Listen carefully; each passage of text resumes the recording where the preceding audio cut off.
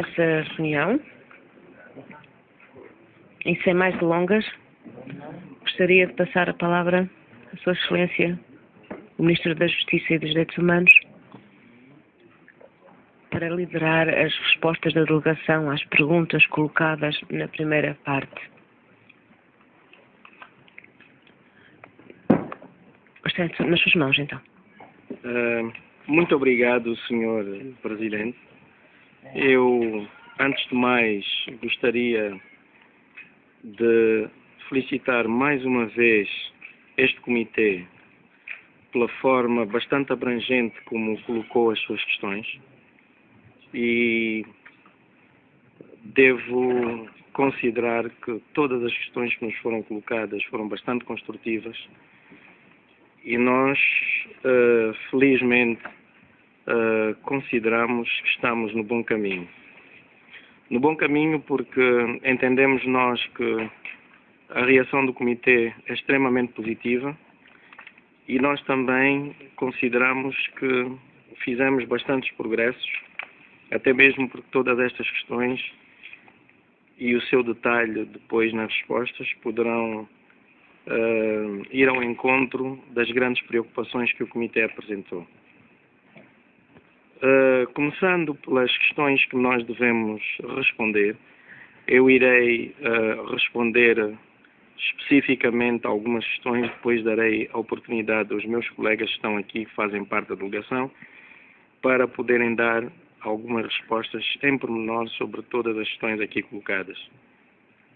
Gostaria de começar pela questão que foi levantada sobre a aplicação do Pacto sobre os Direitos Civis e Políticos e a forma como estão incorporadas todas as questões relacionadas ao Pacto sobre os Direitos Civis e Políticos no nosso ordenamento jurídico angolano, assim como a própria interpretação dos princípios da Carta Universal dos Direitos do Homem, e tal como também os princípios da Carta Africana dos Direitos do Homem e dos Povos.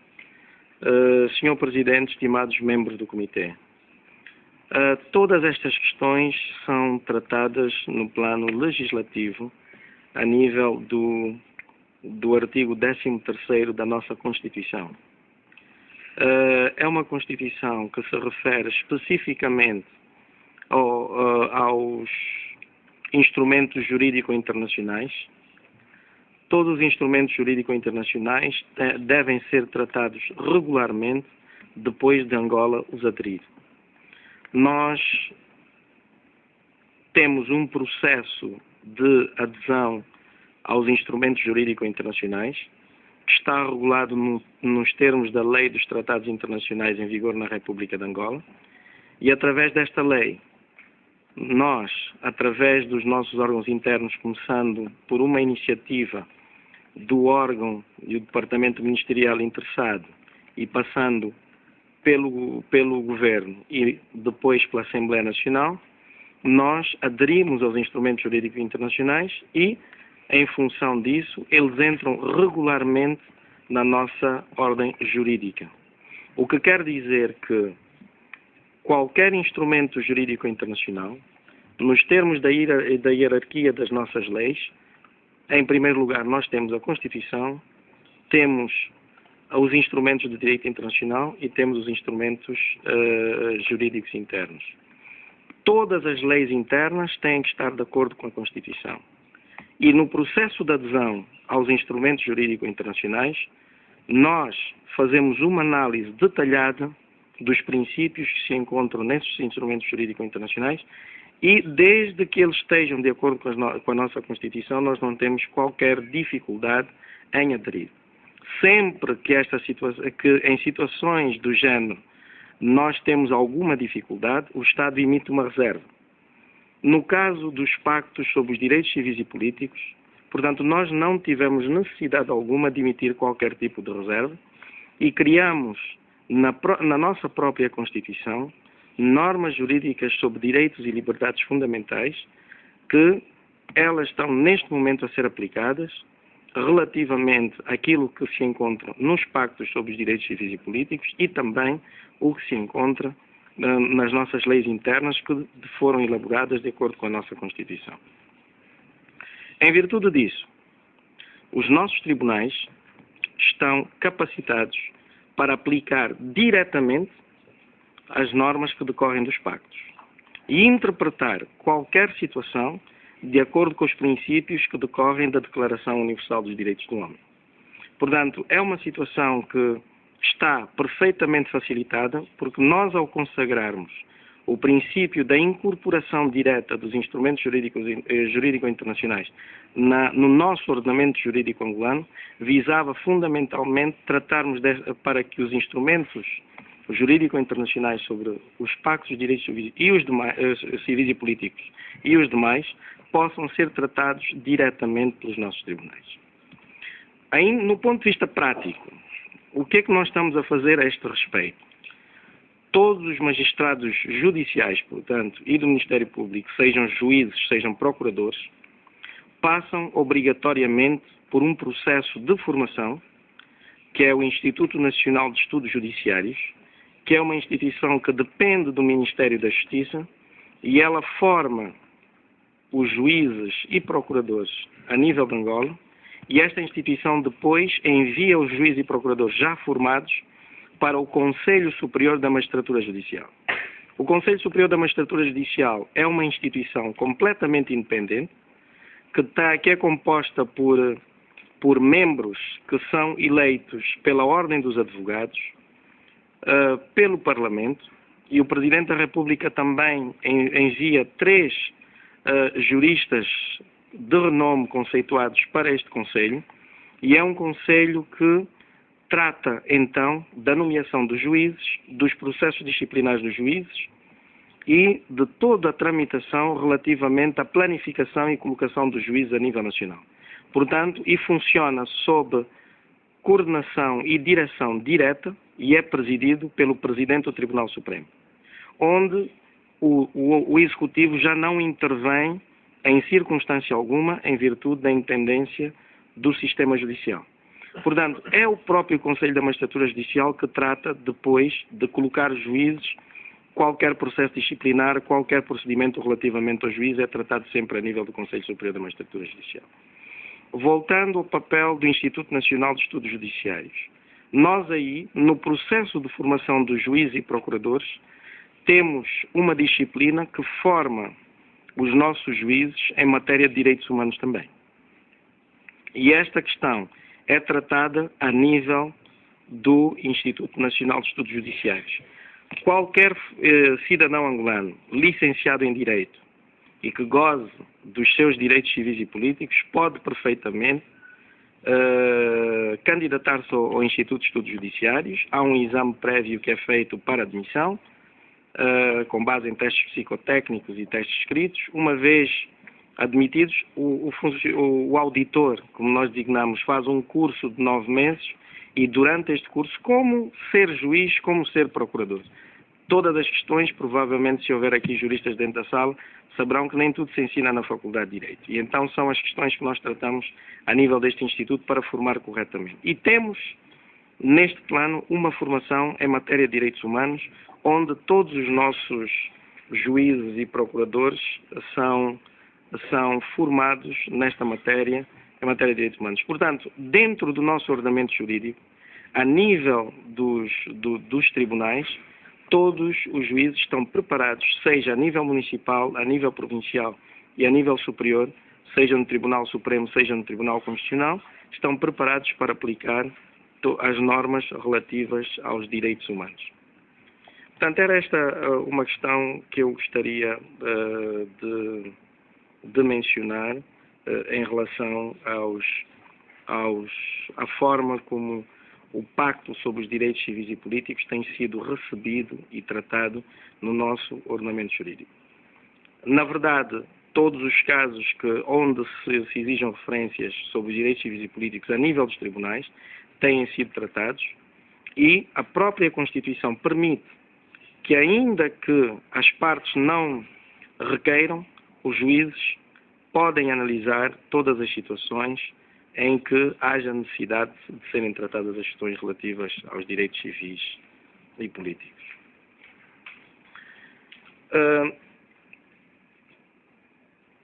A segunda questão que foi colocada diz respeito à Provedoria da Justiça. Esta questão da Provedoria de Justiça, os pormenores sobre a questão da Provedoria de Justiça, eu depois darei indicações para a senhora Ana Celeste falar mais em detalhes sobre isso. Mas o que eu gostaria de dizer é que, de facto, o Provedor de Justiça é uma instituição independente e o Provedor é eleito pela Assembleia Nacional. Portanto, eu neste momento até tenho orgulho de dizer que o atual Provedor de Justiça é um ex-ministro da Justiça de Angola e é uma pessoa que lida com estas questões com a máxima responsabilidade possível. Para além da questão da eleição a nível do Parlamento, ele também tem a responsabilidade de apresentar periodicamente os relatórios de atuação da Provedoria da Justiça junto da Assembleia Nacional. Para além disso, é uma instituição que tem um orçamento razoável dentro dos limites estabelecidos e este orçamento permite que esta instituição possa, de forma plena, desempenhar as suas funções. É uma instituição que neste momento tem bastante destaque, é uma instituição que é bastante visível, até porque o atual Provedor de Justiça é neste momento o presidente do Comitê de Provedores da Justiça a nível da África. E de forma alguma podíamos deixar de dar o destaque necessário que esta instituição tem a nível da África, porque ela tem desempenhado as suas funções de forma exemplar. A nível central funciona em Luanda, mas a nível do país ela já funciona em algumas províncias do país. A minha colega depois vai dar os detalhes sobre essa questão. Foi-nos colocado também aqui a questão dos comitês de direitos humanos, que eles funcionam a nível de todo o país e têm uma intervenção não só de funcionários a nível governamental, como também de funcionários da sociedade civil. Portanto, a própria sociedade civil tem indicado os seus membros para os comitês provinciais que funcionam de forma plena a nível nacional. Nós temos, neste momento, um Plano Nacional sobre Direitos Humanos que já está a ser executado e o Secretário de Estado para os Direitos Humanos, a nível do Ministério da Justiça e dos Direitos Humanos, nós temos, na hierarquia, temos o Ministro e temos 2 Secretários de Estado que têm competências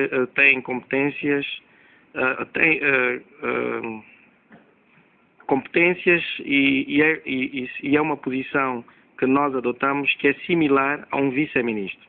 Portanto, e temos um secretário para os direitos humanos que tem competência especializada para a aplicação deste programa. E neste momento está a visitar todas as províncias do país. Ainda hoje acabei de receber um relatório sobre todo o trabalho que foi feito para a aplicação do nosso plano sobre direitos humanos a nível nacional, que passa necessariamente por um processo de educação de todas as pessoas a nível nacional sobre direitos humanos. Este processo, nós estamos agora a fazer acordos com o Ministério da Educação para o ensino dos direitos humanos desde a primeira classe, onde as crianças na mais tenra idade vão começar a trabalhar sobre isso. Temos acordos já feitos com o Ministério do Interior e com as Forças Armadas angolanas, no sentido de o ensino no processo de formação é permanente sobre direitos humanos, também nesta matéria. E, para além disso, para além do ensino, nós temos tido uma intervenção permanente naqueles casos em que se relatam situações de violações aos direitos humanos. Como, por exemplo, o caso de visitas a centros prisionais, onde nós temos dado a nossa contribuição sobre a qualidade dos centros prisionais e a forma como nós achamos que os centros prisionais devem estar apetrechados para proteger os cidadãos. Temos agora uma intervenção muito grande relativamente às crianças, portanto, a forma como nós achamos que as crianças devem ser tratadas. Este problema é um problema muito mais importante, porque nós precisamos de criar condições a este respeito também, porque sentimos que não podemos deixar a criança desprotegida naquelas situações em que o ambiente familiar não é suficientemente bom e que garanta que a criança não vá para a rua para a comissão de determinados tipos de atos que possam depois levar a criança a uma situação de crimes, e nós estamos a tratar todas estas questões a nível do nosso programa sobre direitos humanos. Eu gostaria de mencionar, também depois irei dar a palavra à minha colega do Ministério da Família e Proteção da Mulher, sobre a questão da violência doméstica. Portanto, nós temos estado a trabalhar intensivamente sobre esta questão. A lei foi aprovada. Os programas, a dada altura, nós sentimos que manifestaram-se insuficientes. Nós estamos a trabalhar no sentido de criarmos um programa mais alargado relativamente à questão da violência doméstica. Eu próprio, em termos de intervenção do Ministério da Justiça, criei as condições físicas para um tribunal em Luanda sobre a violência doméstica, que neste momento já está a funcionar, e nós entregamos ao Tribunal Supremo as estruturas físicas, e o Tribunal Supremo também, através do Conselho Superior da Magistratura Judicial, já nomeou juízes para esta questão, e, portanto, nós estamos a tentar dar a maior atenção à questão da violência doméstica, porque acaba por ser uma grande preocupação a nível do nosso país. Existem muitos crimes relacionados com isso, por uma série de razões, por razões até do costume, e nós precisamos, de facto, de desanimar e desencorajar esse tipo de crimes.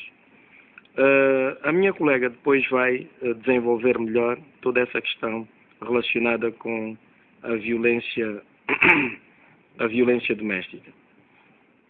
Aqui foi levantada a questão do casamento precoce. Esta questão é uma questão muito séria. A nossa lei, na verdade, cria todas as condições para que isso não aconteça. E temos estado a trabalhar intensivamente com as nossas instituições no sentido de resolvermos este problema. A grande questão que se coloca aqui é que nós temos, de facto, uma lei que, em princípio, proíbe todas as situações desta natureza, estabelecendo a idade mínima para o casamento, mas temos, de facto, aqui uma situação que se coloca entre aquilo que é a lei e aquilo que são os costumes da nossa terra. É uma realidade muito difícil de nós controlarmos.